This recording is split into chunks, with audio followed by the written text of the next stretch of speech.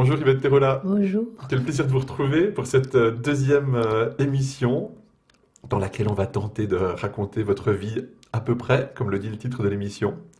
Titre assez exact en réalité.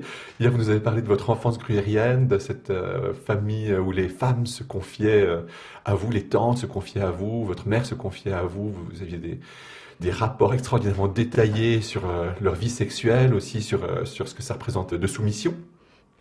Vous avez raconté à quel point ça vous révoltait que votre mère ne puisse pas voter, mais aussi à quel point la manière dont votre père, fromager, était exploité, vous bouleversait, vous touchait, vous révoltait. On a l'impression qu'on a là, en fait, le panorama de tous vos engagements futurs, le féminisme, le cœur à gauche, finalement.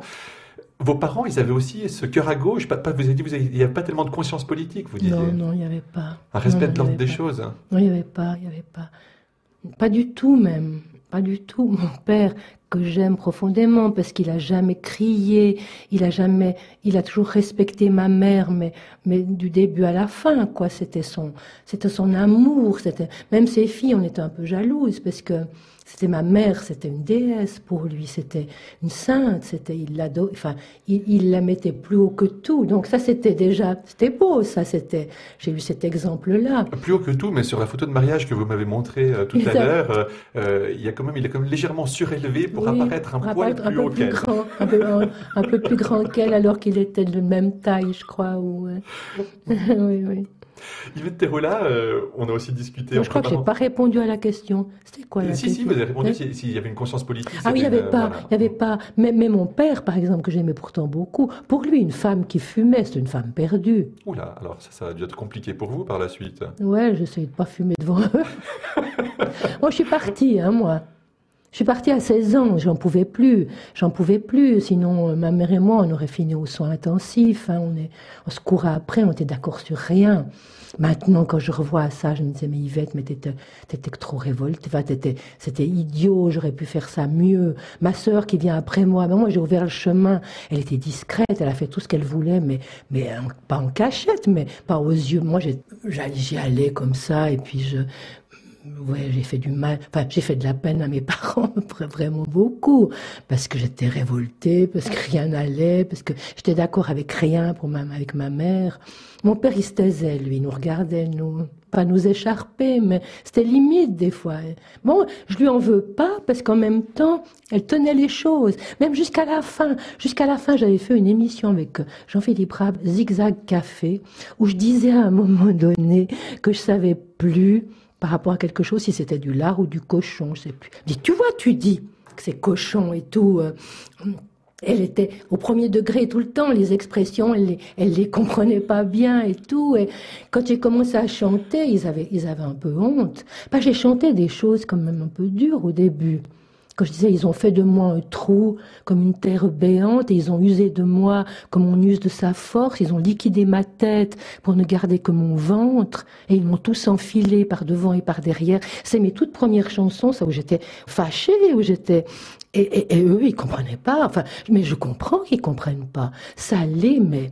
Ils voulaient partir, ils voulaient s'en aller, ils voulaient quitter la Suisse. Ils avaient honte, quoi, parce qu'ils trouvaient que c'était pas, ils m'avaient pas élevé comme ça, disons. Si on revient à l'époque de Sainte-Jeanne des Abattoirs, donc vous jouiez un des chapeaux noirs, un des membres de l'armée du salut dans la mise en scène de Beno Besson.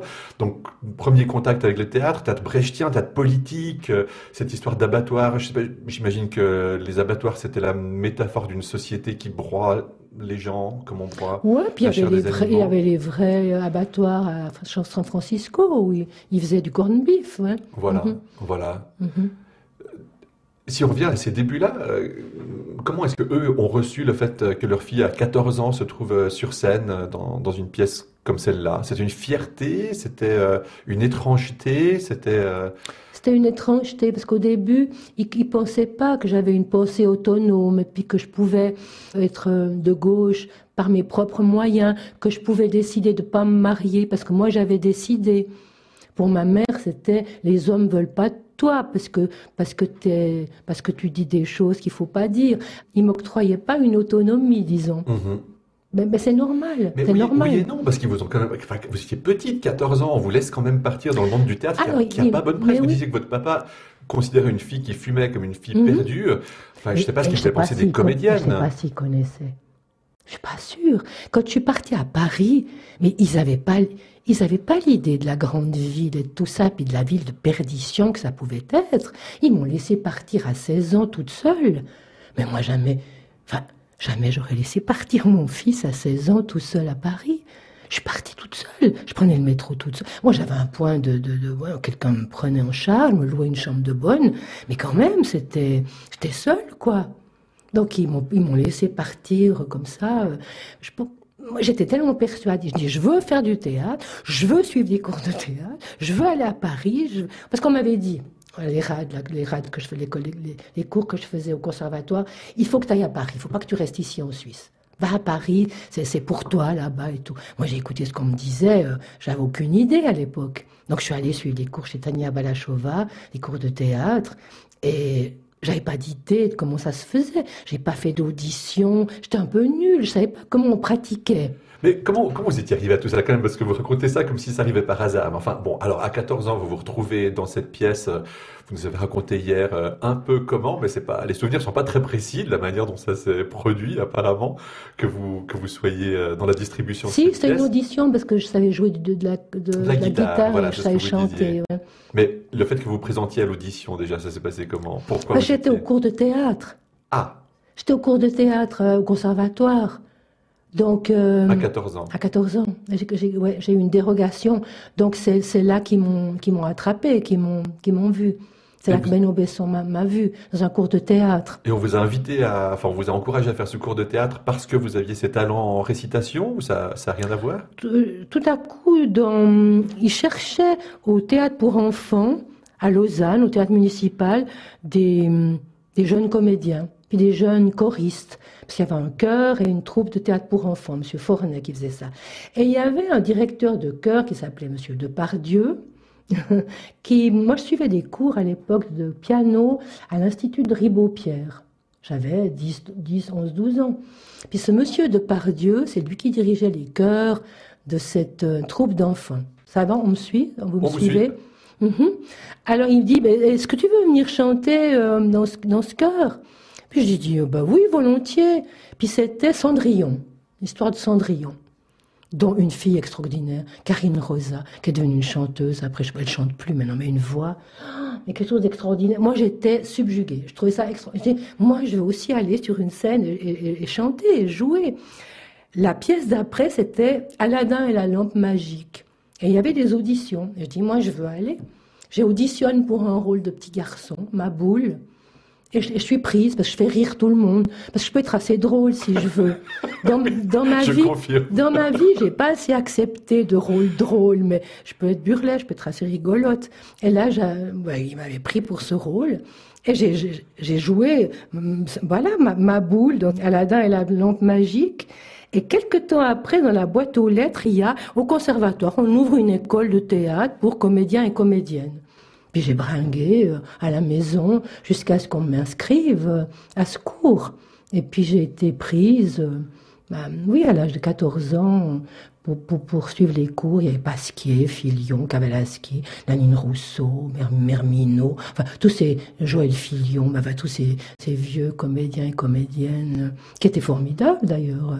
Paul Pasquier, moi, il m'a appris plein de trucs, plein de choses. Vous avez compris rapidement que ça allait devenir plus important que l'école et plus important que tout le reste, en fait? C'est-à-dire que non seulement j'ai compris, mais à l'école, je foutais plus rien.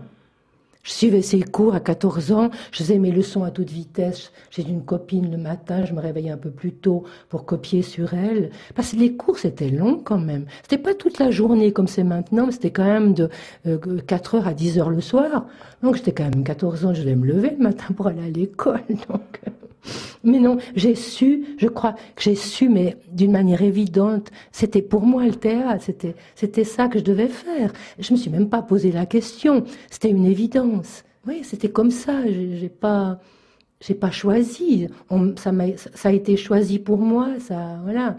Alors que dans mon milieu, personne n'a jamais fait ça. C'est une chance extraordinaire, je trouve. je remercie parce que, ouais, c'est une chance d'avoir pu faire ça. Et donc, départ pour Paris, 16 ans, vous le disiez, avec quel point de chute? C'était justement le cours de Madame Balachova qui vous amenait en quelque sorte, c'était ça votre point de chute? Alors c'était ça, et c'était aussi Jean Blanc, un chansonnier, qui était, on appelait ça chansonnier à l'époque, parce qu'il était au caveau de la République, où il était, tous ces chansonniers qui se moquaient de la politique, il faisait ça, c'était son boulot. Et il y avait une élève ici, qui avait été sa maîtresse, une élève un peu plus âgée, Madame Triponnet, qui m'a dit, bah, va chez lui, il a une chambre de bonne à louer, va à Paris, puis je te donne son adresse, puis tu vas chez lui. Alors, Chez moi, un chansonnier, alors chez un chansonnier. c'était aussi, je ne sais pas si prémonitoire, mais enfin, il y avait... Il m'a écrit mes premières chansons. Ensemble, on est allé dans des maisons de disques pour enregistrer un disque. C'était l'époque des yéyés, hein, c'était en pleine époque yéyé. Et je crois que je raconte aussi ça quelque part. Je m'excuse si je raconte deux fois la même chose, hein, c'est pas grave, mais bon. Moi, je ne l'ai jamais entendu. Là, tu l'as eu jamais, alors ça va bien, je continue. Et là, dans chaque maison de disques, et c'est pas une vue de l'esprit, on me dit, est-ce qu'elle couche? Est-ce qu'elle entre en matière? Moi, j'étais une gamine, j'étais mineure et tout. Il disait non, elle entre pas en matière. Donc, on allait comme ça de maison de disque en maison de disque et on n'entrait jamais en matière. Il y en avait un, je me rappelle, qui venait avec nous. J'ai encore regardé sur Internet, il vit toujours, ce couillon. Il a 100 ans. Gaby Wagenem, qui était directeur de Ciné-Monde, ce journal qui parlait des... Et lui aussi, je sais pas ce qu'il foutait là, il voulait me coacher et tout. Lui aussi, il voulait absolument me pécho, comme on dit, il voulait coucher, quoi. Mais moi, en plus, moi, je venais chez les sœurs.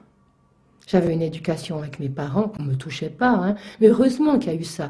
Bah, je me suis retrouvée dans des histoires. Je dis pas, mais j'aurais pu mal finir. Hein. Je suis trouvée dans des trucs, prise avec des gens, dans des histoires de drogue, la police qui nous poursuit, enfin, des trucs, des espèces d'allumés qui faisaient du spiritisme, avec le grand Cthulhu et tout. On était dans des endroits, non mais invraisemblables. On partait à la campagne en week-end. Il y avait un mec qui a absolument voulu me violer. Il avait tapé contre la porte, mais jusqu'à ce que la porte pète. Et personne venait me délivrer, personne venait rien dire. Et je me disais, mais c'est pas possible, il va enfoncer la porte. Finalement, il l'a pas fait, il a pas réussi. Mais j'étais terrorisée, j'avais 16 ans, Non, enfin, ça pour ça. Non, mais vous êtes resté quand même. Enfin, je suis restée, j'étais têtue, je me disais, je veux suivre ces cours de Tania Balachova. J'adorais Tania Balachova. Je savais qu'il y avait des tas de gens d'ici, là, il a Aubert, d'autres, Berléand. J'étais en même temps qu'Arditi, Pierre Arditi, sa sœur, Dominique Labourier, que j'adorais, avec qui on a fait des choses ensemble. On avait monté chez Pierre Arditi, dans sa cuisine, la cantatrice chauve, des pièces de Ionesco et tout, ouais. C'était un type, j'aimais beaucoup, sa sœur aussi, c'était des gens formidables. Et, je restais pour ça, parce que j'aimais ça. Mais autrement, non, la vie était dure pour moi. Puis après, Jean Blanc... Sans parler de cette pression sexuelle qui a été mise sur vous, mais quand vous parlez de ces histoires de spiritisme, par exemple, ou de ces histoires de trafic de drogue, vous avez dit hier que vous cherchiez l'exaltation. Il y avait une part de ça quand même, il y avait une excitation d'être dans ce monde tellement intense par rapport à la campagne gruyérienne, à la petite Lausanne provinciale desquelles vous veniez. Oui, un peu, mais j'avais quand même un peu peur. Puis il n'était pas question que je touche à la drogue, moi. Hein. Pas question. Heureusement, j'avais ça. Ni à la drogue, ni à l'alcool. Ça m'était reproché encore après, tout au long de ma carrière. Très souvent, on m'a appelé l'iceberg ou je sais pas quoi, parce que j'allais m'avoir des verres. Parce que je me... La chasse-tivette. La chasse-tivette. Mais c'est vrai, je n'ai couché avec personne dans ce milieu. Avec personne, juste avec le père de mon fils, parce que dans ce milieu, tout se sait, tout se dit. Et moi, j'avais une sorte de... Comment dire? Oui, j'avais une conscience de moi, de ma dignité. Il n'était pas question que je baisouille. Pourtant, il y avait eu mai 68, hein, une revendication, et je la revendiquais. Je trouvais que c'était normal, la liberté sexuelle. Ah, je l'exerçais, mais dans le cadre d'une relation unique. J'ai toujours été fidèle, j'ai jamais eu 18 000... Je peux regretter maintenant parce que j'ai eu des occasions extraordinaires. Quand je chantais au Québec, puis qu'il y avait eu un latino là qui s'était précipité sur moi en me disant Yvette, il y a les plus beaux jours de ma vie et qu'il était beau comme un dieu et tout. Je me dis mais merde, là t'aurais dû faire quelque chose. Mais j'ai pas fait. J'étais comme ça. J'étais un peu timide aussi, un peu.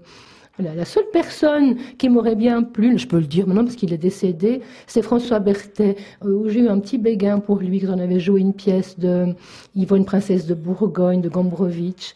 Et je me souviens, j'avais un petit béguin pour lui, et je crois que je lui avais fait comprendre, mais il n'avait pas compris. C'est quelques années après que lui, il aurait bien aimé, puis moi ça marchait plus, c'était trop tard. Le boulevard des occasions perdues.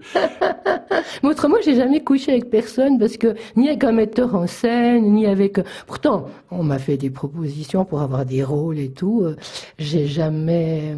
On n'était pas question. On n'était pas question.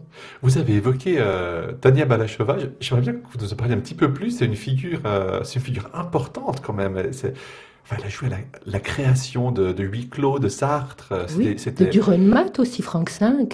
C'était vraiment une figure du théâtre de ces ouais. années-là. Comment c'était les cours avec elle? Elle était magnifique. Moi, c'était une réfugiée russe. Hein. Elle était magnifique. Moi, elle me faisait pas payer. J'avais pas un rond. Donc ça, déjà, c'est extraordinaire de faire ça. Elle était libre. C'était une femme libre. Elle n'avait pas de soutien-gorge, déjà, ce qui me frappait. Elle a des beaux seins, tout ça.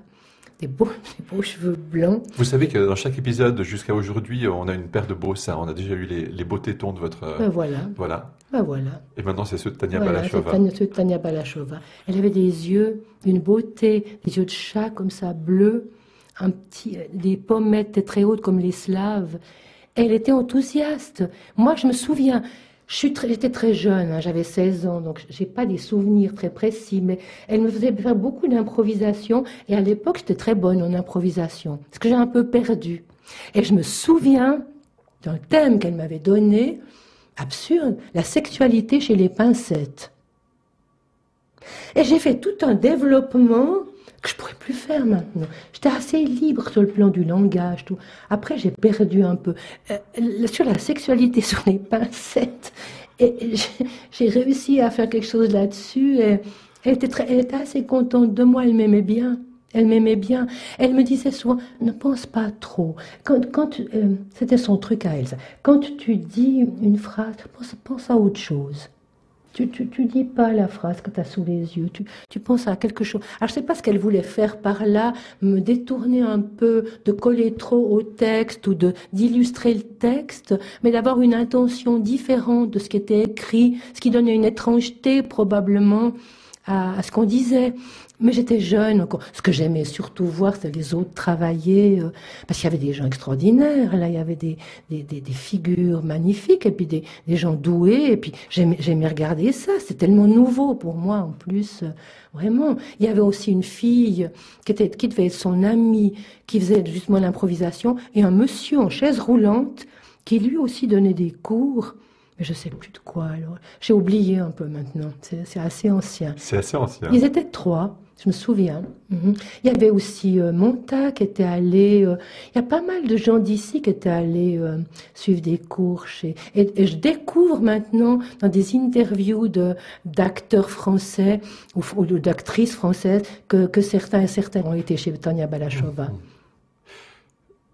Vos parents sont venus vous voir à Paris ? Non. Et qu'est-ce qui vous a fait quitter Paris, vous ? Moi, ce qui m'a fait quitter Paris, c'est que Jean Blanc, chez qui je logeais, est tombé amoureux, cette espèce de nul. Je l'adorais, lui. C'était un monsieur d'une 60aine d'années. Il m'emmenait tous les soirs au cabaret, où il chantait. Pour moi, mais c'était génial. Il n'y avait pas que lui, ils étaient d'autres. Je regardais tout ça. Il y en avait un qui chantait, par exemple... une chanson qui m'est restée dans la tête, la musique de Mozart, je sais plus, Baudelaire, il citait Verlaine et tout. J'étais subjuguée, je trouvais ça extraordinaire. Et en même temps, on parlait de quoi là ? On parlait des raisons qui vous avaient fait quitter Paris. Ah oui, alors ce monsieur a épousé une dame. Et il m'a dit de partir, parce que ça n'allait plus. Et je ne savais pas où aller. Je me suis retrouvée à Paris avec rien. D'abord, j'ai coloqué avec une infirmière qui travaillait la nuit. Donc, elle dormait le jour. Moi, je dormais la nuit. On se partageait l'appartement. Ça n'a pas joué au bout d'un moment, parce que je ne sais plus ce qui s'est passé. Après, j'ai logé chez une fille qui faisait du théâtre, qui s'appelait Laguigne. C'était pas un beau nom pour faire du théâtre. Mais je l'adorais, cette fille, beaucoup. Après, j'étais chez des tas d'autres gens, chez un chanteur, Serge Lenormand, qui après s'est fait appeler Stéphane Varègue. Et c'est là, chez lui, qu'un jour je sonne à la porte et je tombe dans les pommes. Parce que je mangeais plus. J'avais pas d'argent. Mes parents m'envoyaient un peu de sous, mais pas assez. Puis Jean Blanc, chez qui j'étais avant lui, il mettait la différence. Il m'aimait beaucoup. Donc il avait retrouvé un travail à la SACEM. Vous voyez ce que c'était la Société de perception des droits d'auteur. Il était là, il travaillait la journée pour pouvoir me payer à manger. On allait au cinéma tous les soirs, on allait l'écouter chanter. Pour moi, il était quelqu'un d'extraordinaire, jusqu'au moment où il tombe amoureux. Puis là, alors tant pis, moi j'étais un peu reléguée. Je ne pouvais pas être amoureuse de lui. J'avais 16 ans, lui 60. C'était pas possible. Puis en plus, ça n'allait pas. Tout. Mais cette dame était plus âgée et tout. Donc, je suis partie de Paris parce que j'avais plus rien à manger, parce que je savais plus où aller. Puis je suis rentrée en Suisse pour rejoindre le théâtre populaire roman. Dont on parlera demain. Ouais. Avant qu'on entre sur le chapitre du TPR et pour aussi clore l'entretien d'aujourd'hui, vous avez dit que vous alliez beaucoup au cinéma. Ça devait être quelque chose de relativement nouveau aussi, j'imagine, la découverte du cinéma dans ces années. Absolument, oui. Parce que mes parents n'allaient pas au cinéma. Donc, dès que j'ai pu aller au cinéma, je suis allée. Qu'est-ce que vous avez vu qui vous a marqué? Alors moi, ce qui m'a marqué énormément, c'était les films de Bergman. Le tout premier film que j'ai vu de Bergman, c'était à la rue de Bourg, là, le cinéma du Bourg. J'allais toujours là, parce qu'il y a des films extraordinaires. C'était Les Fraises sauvages de Bergman. Avant Paris, donc, avant de partir à Paris. Avant de partir à Paris. Sur le temps, sur un vieil homme qui meurt. Et c'était très symbolique. Je l'ai revu après. Je trouvais que symboliquement, c'était un petit peu lourd. Il y a toujours des grandes horloges où le temps c'était un peu lourd, mais sur le moment, ça m'avait. Mais je me suis dit, mais alors on peut faire du cinéma comme ça, comme Bergman. J'ai toujours aimé Bergman d'ailleurs, la profondeur de Bergman, un de ces derniers, la Sarabande sur les personnes âgées, c'est extraordinaire aussi, c'est magnifique. Enfin, j'ai toujours aimé Bergman, quoi. Ça vous va bien quand même, les fraises sauvages entre la fuite du temps et la saveur des fraises. C'est joli, hein? Est un poète. C'est vous qui m'inspirez, Yvette Perola.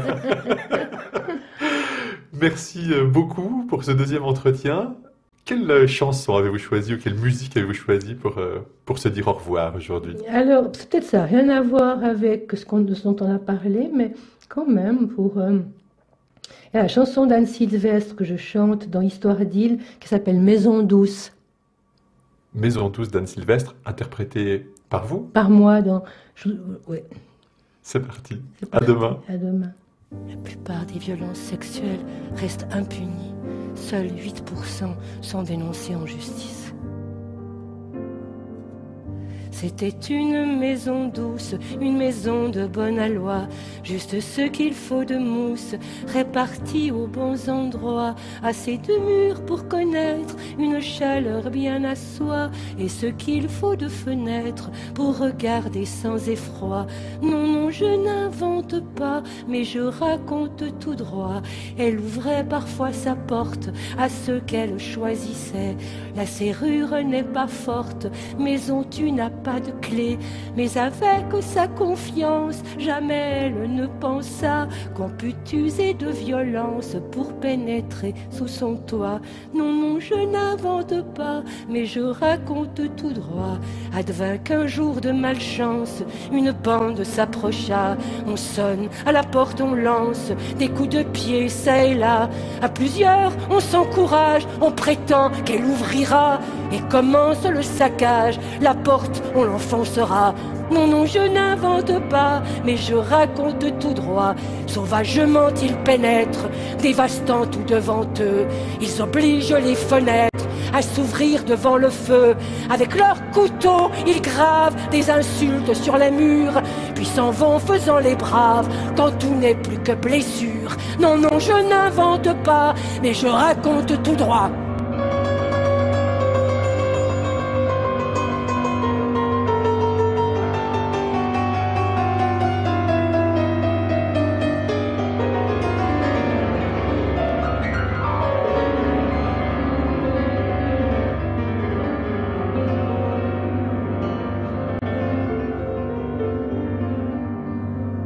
maison depuis ce crime n'a plus d'âme ni de nom. Mais elle n'est pas victime, c'est de sa faute, dit-on. Il paraît qu'elle a fait preuve d'un peu de coquetterie avec sa toiture neuve et son jardin bien fleuri. Non, non, je n'invente pas, mais je raconte tout droit. D'ailleurs, une maison sage ne reste pas isolée. Celles qui sont au village se font toujours respecter. Quand on n'a pas de serrure, il faut avoir un gardien. C'est chercher les aventures que de fleurir son jardin. Non, non, je n'invente pas, mais je raconte tout droit. Si vous passez par la route et si vous avez du cœur, vous en pleurerez sans doute. C'est l'image du malheur, mais rien, pas même vos larmes, ne lui portera secours. Elle est loin de ses alarmes, elle est fermée pour toujours. Non, non, je n'invente pas, mais je raconte tout droit.